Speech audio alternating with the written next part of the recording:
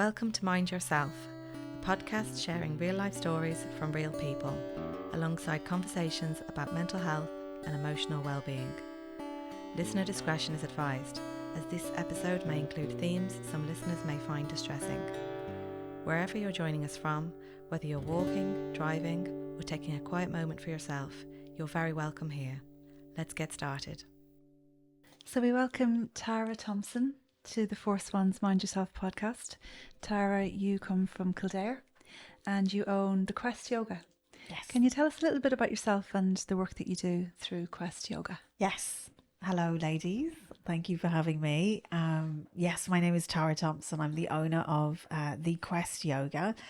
And the Quest Yoga was born out of my own healing journey from trauma. And I think it's always important with the name or where's the origin story, I suppose. So it was the Quest was how one of my ex-therapists described me, as being on some kind of quest. And I was, to sort of come to a realization within myself about my own story. So it's almost it makes my company even more special, I suppose, because of its origin story. So the Quest Yoga now is a company formed in 2024, so 2 years now in business, literally last week. Congratulations. Thank you. And during that time, I have hosted over 200 classes, workshops and retreats, and I am a trauma-informed yoga teacher. So again, I suppose when you come back to my origin story of where my story began, I kind of made a promise to myself that when I came out the other side, that I would become the teacher that I needed. So that's kind of what I became. So, yeah. And would you like to maybe share with us your story, Tara, of who you were before trauma-informed yoga became part of your life? Yeah, absolutely. So I suppose if I take you back to 2020 during COVID, and perhaps even a year or two before COVID, my life was, I work in the corporate world, in a industry that's always on and slightly demanding. And I suppose what comes with that is I had this sort of, what I wanted from life was the title in the corner office. And having achieved both, I realized I was absolutely miserable, and was left sort of, just before COVID started, I guess, just kind of left sort of feeling like, is this it? You know, is this it? So COVID for me was a sort of, I'm sure for most people, was a really challenging experience. I was someone who lived alone, and I think for me it sort of felt like everything was removed from me, you know, like I think when I look back, I was sort of running from things a lot. And COVID was the opportunity where you kind of had to stop, you kind of had no choice to stop. So it started with probably a few months of working at home in a challenging industry where businesses were closed and they were looking to me for support, and there was none at that time in the industry that I'm in. And yeah, one work day, and I suppose, was it the thing that happened in work, or was it a culmination of many things just piled on top of each other? But it culminated with an anxiety attack, but I didn't know what it was, that left me kind of on my bathroom floor, thinking there was something wrong with my heart, couldn't breathe, just really debilitating. And it was that moment that I was like, okay, I need to get some help. And from there, an introduction to therapy, online, and then when we came out of a lockdown, it was in person. And I guess my journey began there. It showed up as initially anxiety, and I suppose had you known me then, you would be surprised, I think, to have heard that I was someone who was anxious socially. You know, I probably was someone that wouldn't have appeared socially anxious. You know, I would have been one of those that would have been perhaps, you know, the last to bed on a night out, like the life and soul of a party. But behind that was probably quite a lot of insecurity. So it started there, and I went on a journey through therapy. Started off kind of very gently because I hadn't been in therapy for a very long time. So it was a really gentle weekly sort of event. And then probably 2021 is when I decided that I was going to stop drinking. It wasn't a big, nothing happened as such. It was just like, you know what, I can't do this anymore. I'm in my 40s. The hangovers are insane. And I stopped, and I never intended to stop forever, but here I am 5 years later. And I'm so grateful for that. But at the same time as I stopped drinking, I started meditating. I wasn't as terrified of being alone with myself. And I think that it was a book that sort of I was reading that I ended up having an experience with reading it. It was like guided you to do this meditation, go back to a time in your childhood where you felt sad, lonely, or upset. And I was like, I'm never going to be able to do that because I don't remember a lot of my childhood. Well, not chunks of it, like, but just there's bits that I'm like, what, really, what? But so I really didn't think anything was going to happen. And reading this book, Jerry Hussey, Awaken Your Power Within, chapter 2, and I remember it so well. It will be embedded in my brain. And it presented you with a time when you felt sad, lonely, and upset. And again, didn't think anything was going to happen. But I had this moment where I had a glimpse of something. And when I say glimpse, it wasn't that I saw the sight with my eyes. I felt it. And I sort of threw the book across the room and sort of just sat in a sort of daze of what? Like what? So a few days passed, and I say coincidentally, but I don't believe in coincidences now, but I had a Reiki appointment. Reiki, for anyone who doesn't know, is energy healing. I had been getting some energy healing to help with my anxiety, and it really did. And the lady, wonderful practitioner, suggested I, guess like a massage table type scenario. And she said, without me saying a word, I think we'll call in your inner child. And I was like, what? How could this even be a thing? How could she say that? But of course, in a Reiki sort of session, you're in a sort of, well, at least I am, when I'm in Reiki, a meditative sort of very relaxed, very calm. And it was during that this time there was almost like an image of my 8-year-old self that I was sitting in front of. We were sitting in where I lived at the time, which was my apartment in County Kildare. And she was telling me that something happened to me as a child. Now, it wasn't verbalized in terms of what, but you don't need to be a scientist to understand that it was something inherently wrong. So I remember driving away from that appointment, and it was my line in the sand moment. I knew that my life would not be the same knowing this information. I knew that I didn't know the extent. I didn't know where it was going to take me, but I knew. You hear people, I read a lot of books, and I've heard people describe that line in the sand moment, and I never realized I would have one. but I did, and I genuinely do look at it that way, that was the line in the sand moment. Something you're going to talk to us about today is dissociation. Yes. Can you tell us, for anyone who's never heard that term before, what is it and what does it look like in everyday life? Sure.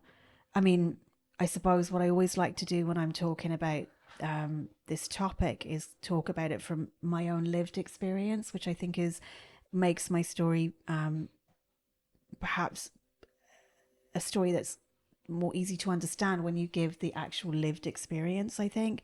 So for me, dissociation, what I'm talking about having returned to me or returning to me was a memory. I had no actual memory of that, at least conscious memory of that. So I went on to have therapy, and I had to have a particular type of therapy, EMDR. That was the type of therapy that we tried to do a little bit more in therapy, but it just wasn't working for me. When I say therapy, I mean talk therapy. So I was referred to a trauma specialist. She had a waiting list, but when I finally got to see her, we realized, it was the first time I heard the term dissociation. And I was able to understand, at least for me, what I understand is that I experienced something so horrific as a child that I understand it to be that my mind and my body almost detached from each other to protect me.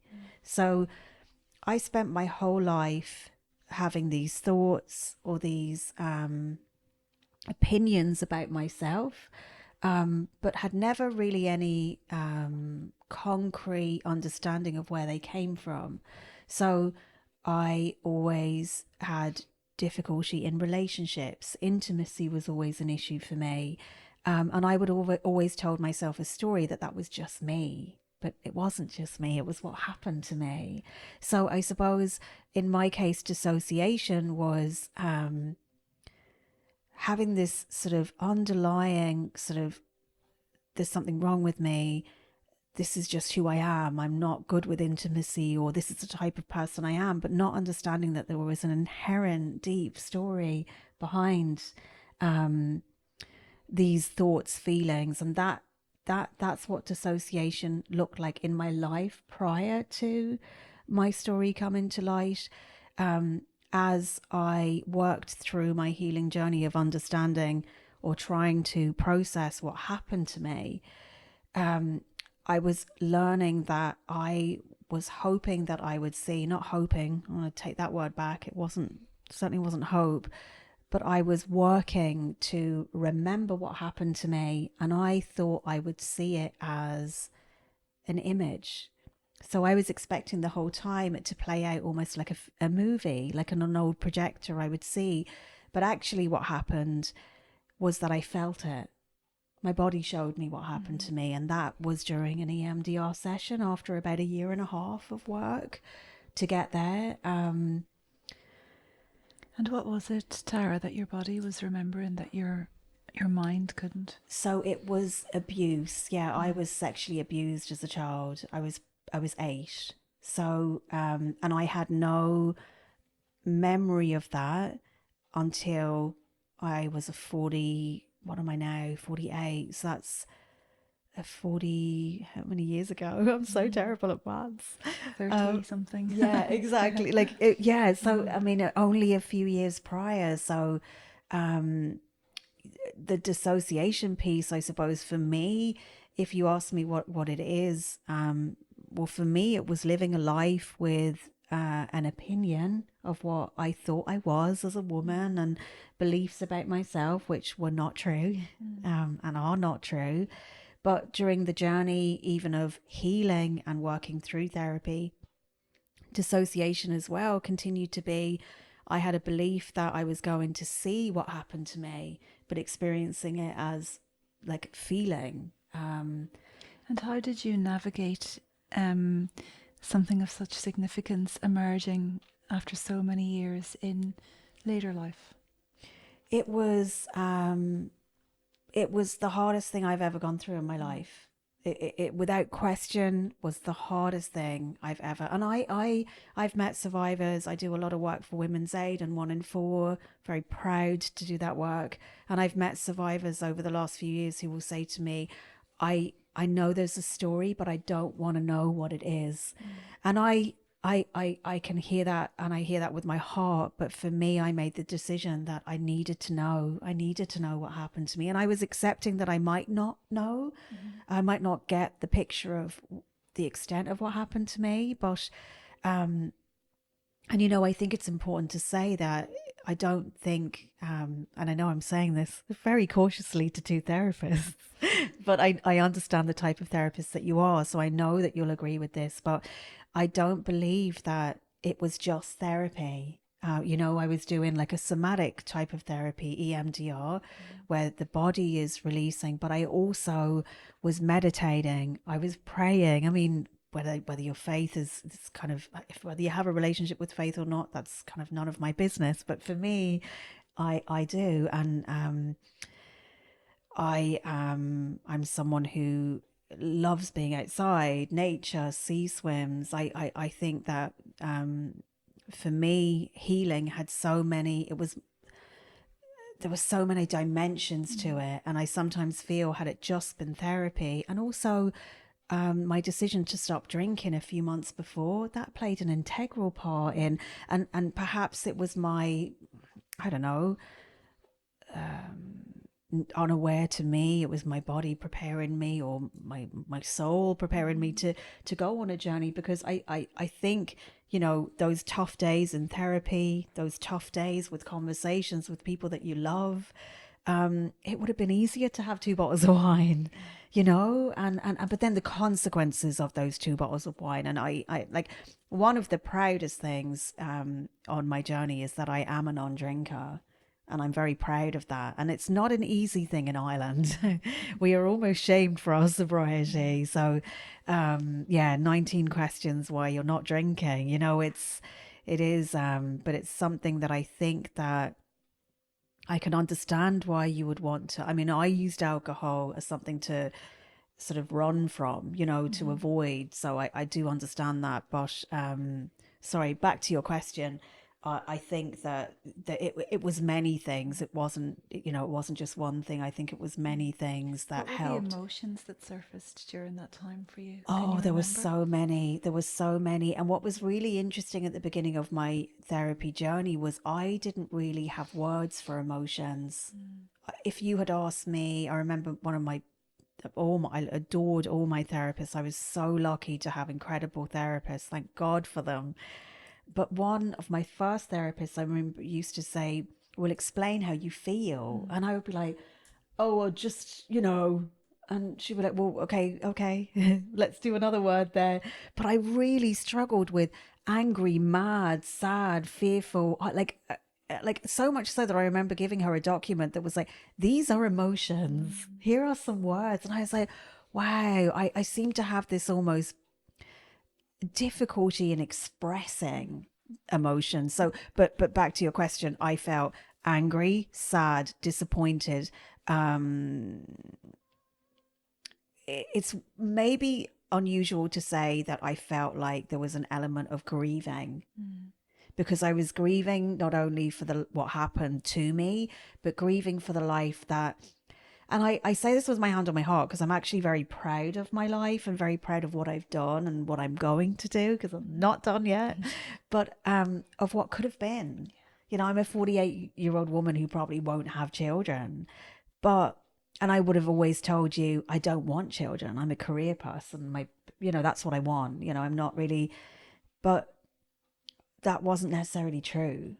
It was that there was such a fear of intimacy that most relationships just never worked out because I pushed people away. And probably a lot of masking as well within a huge amount. And alcohol played a factor there.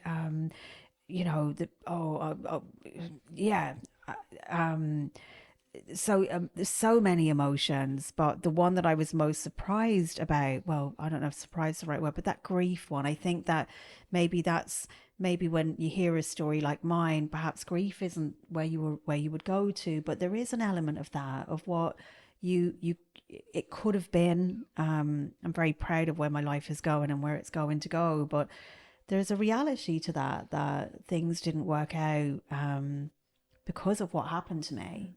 Something that like that will undeniably change you, won't it? Yeah. And some people mistakenly think that healing happens in a straight line. Oh.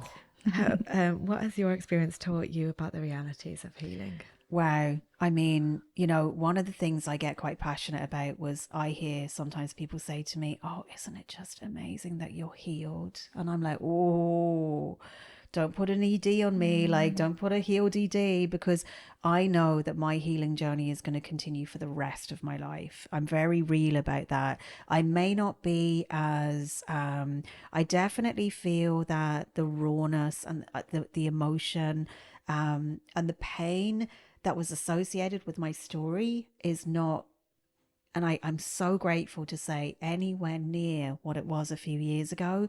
But there were times when I felt I was going 20 steps back to take one step forward. And especially with my EMDR journey, like my story felt like it was buried under concrete.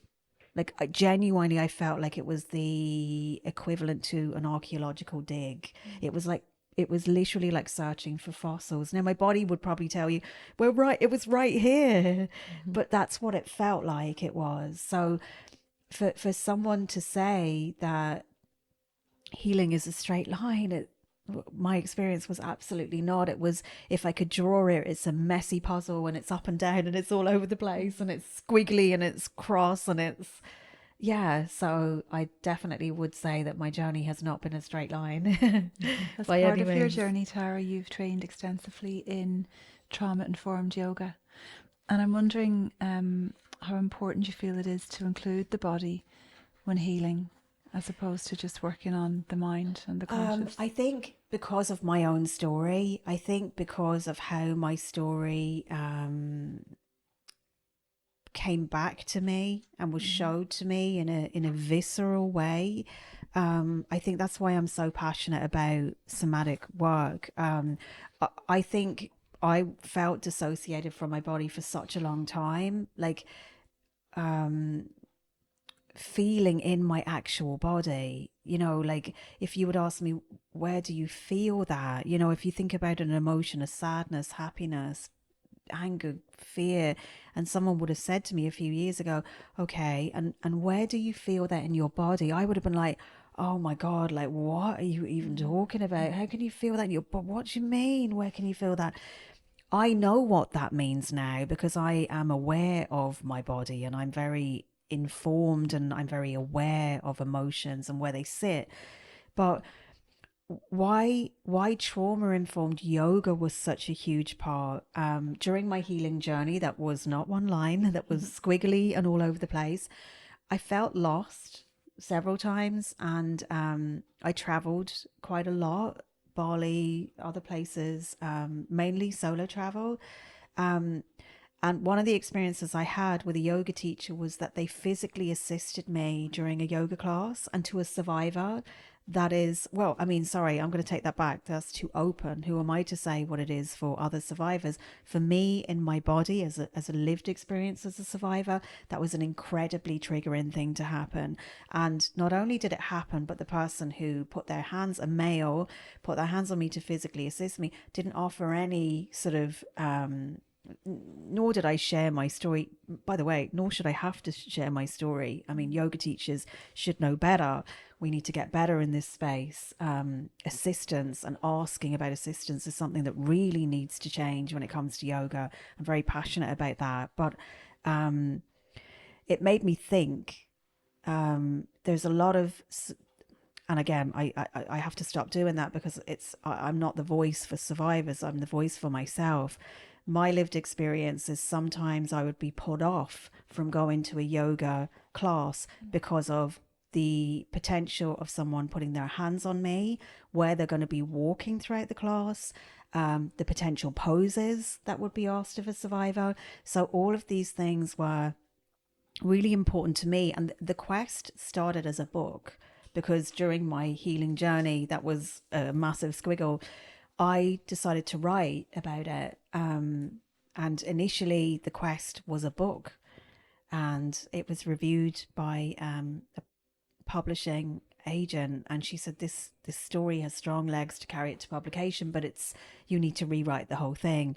So I put it in a drawer where it still is, gathering a lot of dust, but I'm going to blow that dust off soon, and I am writing again. But the quest yoga came first, and I believe now I understand it was always meant to. So I became initially an embodied yoga teacher, and then I went and I did specific trauma informed training. So what is embodied yoga for somebody who doesn't? Embodied yoga will bring you into the priority and focus on, it is less important what the yoga teacher is doing, and more important, how you feel in a pose. And it is remembering and coming back to that the greatest teacher there'll ever be when it comes to you, what comes to your body, excuse me, is you. So it is, I remember the first embodied class I did, I was like, wait a second, was that yoga?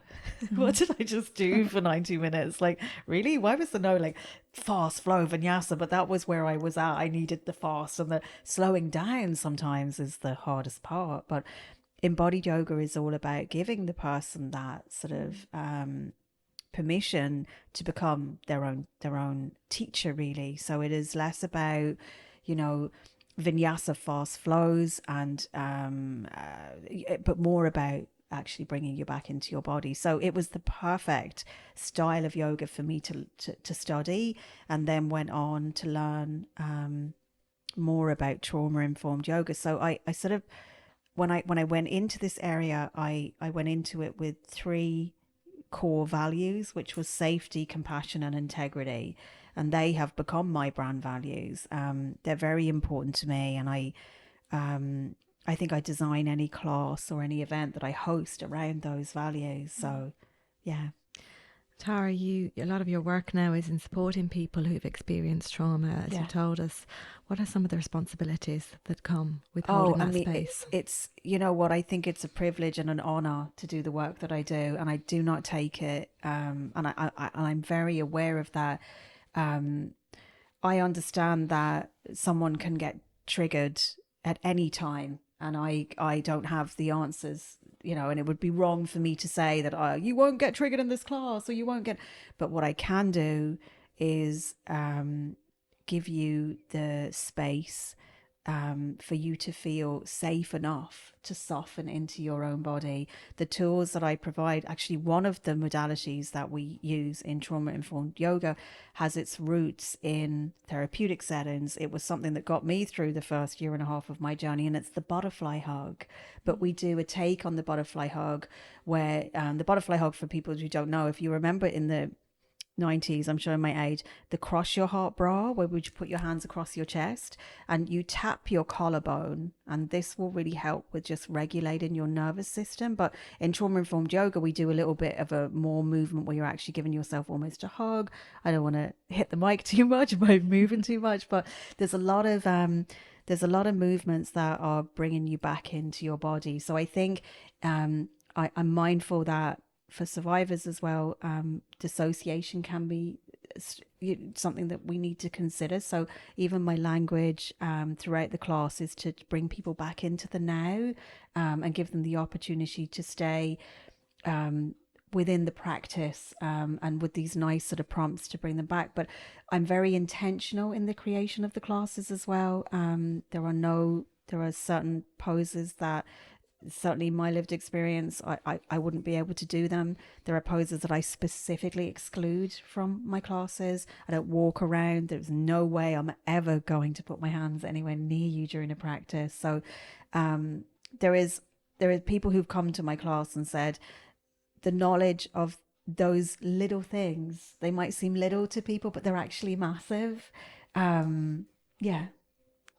Tara, when there is abuse in childhood, it often comes with a sense of needing justice. Yeah. And not everybody gets to get that through courts, yes, or the legal system. Yes. So how did you manage to feel a sense of justice for what happened to 8-year-old you? That's a big question. Let's all take a breath. I struggled with this a lot. And, you know, I think there is maybe a conception or a belief that justice is only served in a courtroom. I don't believe that's true.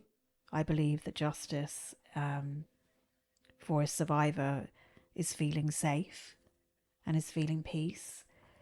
I made a decision that I was going to confront my abuser, not face to face, but over the phone. And I did that in the safety of my therapist's office, where we tried to call a number 3 times in that space. And I continued to try and call that number a further 7 or 8 times over an evening.